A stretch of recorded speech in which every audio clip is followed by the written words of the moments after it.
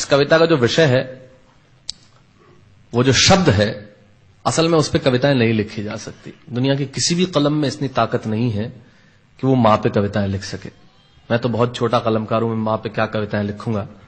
मैंने एक कविता सिर्फ ये लिखी है कि जब मां हमारे पास होती है तब शायद उसके होने का एहसास नहीं होता। जब मां नहीं होती तब जिंदगी क्या होती है, बस मैं ये कहना चाहता हूं।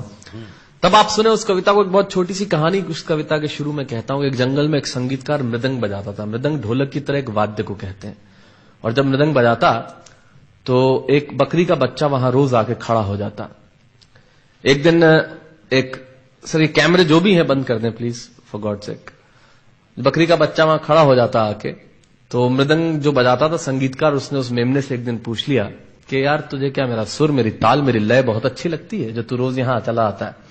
वो बोला मैं नहीं जानता कि आप क्या बजाते हैं, न मुझे सुर की समझ, न ताल की समझ, न लय की समझ। मैं तो बस इतना जानता हूं कि इस ढोलक पे, इस मृदंग पे जो चमड़ा मढ़ा है वो मेरे मां के बदन से आया है।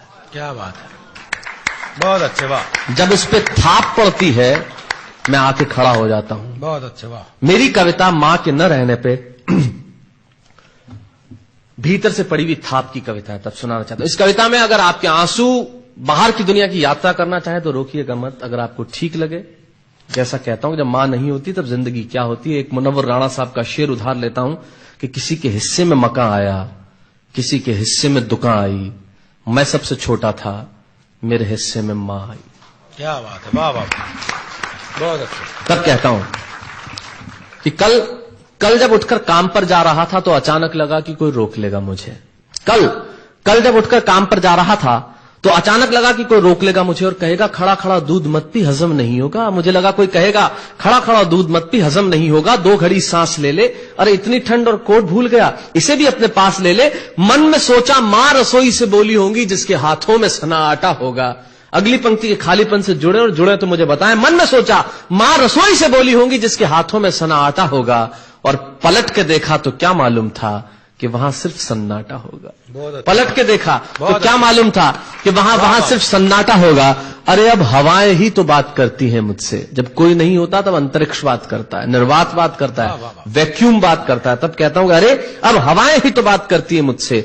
लगता है जब जाऊंगा किसी खास काम से तो कोई कहेगा दही शक्कर खा ले बेटा, अच्छा शगुन होता है। कोई कहेगा गुड़ खा ले बेटा, अच्छा शगुन होता है। पर मन इसी बात के लिए तो रोता है कि सब कुछ है मां, सब कुछ, जिस आजादी के लिए तुझसे मैं सारी उम्र लड़ता रहा। आपने अपने बचपन में देखा होगा, माए हमें टोकती है, यहां मत जा, वहां मत जा, ये मत कर, वो मत कर। तब हम आजाद होना चाहते हैं।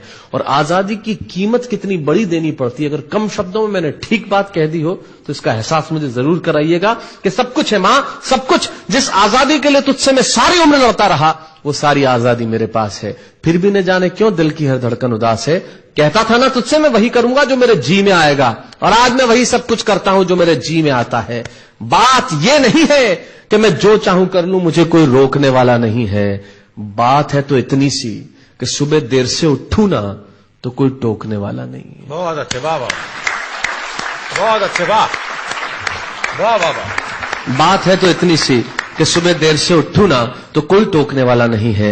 रात को देर से लौटूं तो कौन नाराज होगा भला, कौन कहेगा बार बार कि अब कहां चला। आप ही के जिंदगी के कुछ दृश्य चुराता हूं और आप ही को सौंपता हूं। रात को देर से लौटूं तो कौन नाराज होगा भला, कौन कहेगा बार बार कि अब कहां चला। दोस्तों के साथ घूमने पर उल्हाने कौन देगा, मेरे वो तमाम झूठे बहाने कौन देगा। सच कहा साहब, गम की चोटें जख्मों पे फौलाद से ज्यादा क्या होगी, और मां की दौलत दुनिया में औलाद से ज्यादा क्या होगी। तब कहना चाहता हूं कि रात को देर से लौटूं तो कौन नाराज होगा भला, कौन कहेगा बार बार कि अब कहां चला। दोस्तों के साथ घूमने पर उल्हाने कौन देगा, मेरे वो तमाम झूठे बहाने कौन देगा। कौन कहेगा कि इस उम्र में क्यों परेशान करता है। हाय राम, ये लड़का क्यों नहीं सुधरता है। पैसे कहां खर्च हो जाते हैं तेरे, क्यों नहीं बताता है। सारा दिन मुझे सताता है, रात को देर से आता है, खाना गर्म करने को जागती रहूं, खिलाने को तेरे पीछे भागती रहूं, बहाती रहूं आंसू तेरे लिए। कभी कुछ सोचा है मेरे लिए। खैर मेरा तो क्या होना है और क्या हुआ है, इस बुढ़िया का तो क्या होना है और क्या हुआ है। तू खुश रह लेना यही दुआ है, और आज तमाम खुशियां ही खुशियां। जीवन में जो सर्वश्रेष्ठ एक पंक्ति जो ईश्वर ने मुझे सौंपी वो मैं आपको सौंपता हूं। कहीं कोई कविता नहीं है, एक बहुत सामान्य सी बात जो बहुत सामान्य ढंग से मैं कह रहा हूं।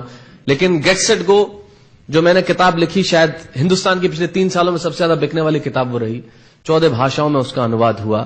वाह वाह में मैं रोज टीवी पे बोलता हूं, मेरे लाखों लफ्ज कुर्बान करता हूं सिर्फ उस एक पंक्ति पे जो ईश्वर ने मुझे सौंपी, और कहीं कोई कविता नहीं है, आप ही का भाव आपकी उठा को सौंपता हूं और देता हूं, और जिस विश्वास के साथ मैंने लिखा उस विश्वास के साथ आपको देता हूं कि मेरा तो क्या होना है और क्या हुआ है, इस बुढ़िया का तो क्या होना है और क्या हुआ है, तू खुश रह लेना यही दुआ है। और आज तमाम खुशियां ही खुशियां, गम ये नहीं है कि कोई ये सब खुशियां बांटने वाला होता, पर कोई तो होता जो गलतियों पे डांटने वाला होता। बहुत अच्छे, वाह वाह वाह वाह, बहुत अच्छे, वाह।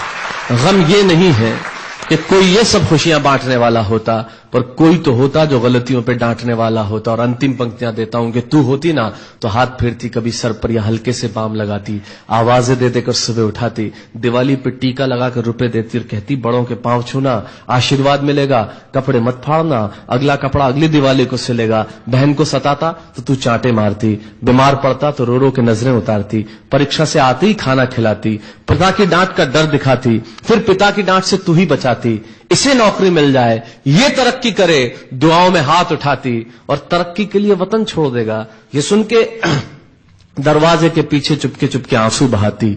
सब कुछ है मां, सब कुछ, आज तरक्की की हर रेखा तेरे बेटों को छू के जाती है, पर मां हमें तेरी बहुत याद आती है। बहुत अच्छा।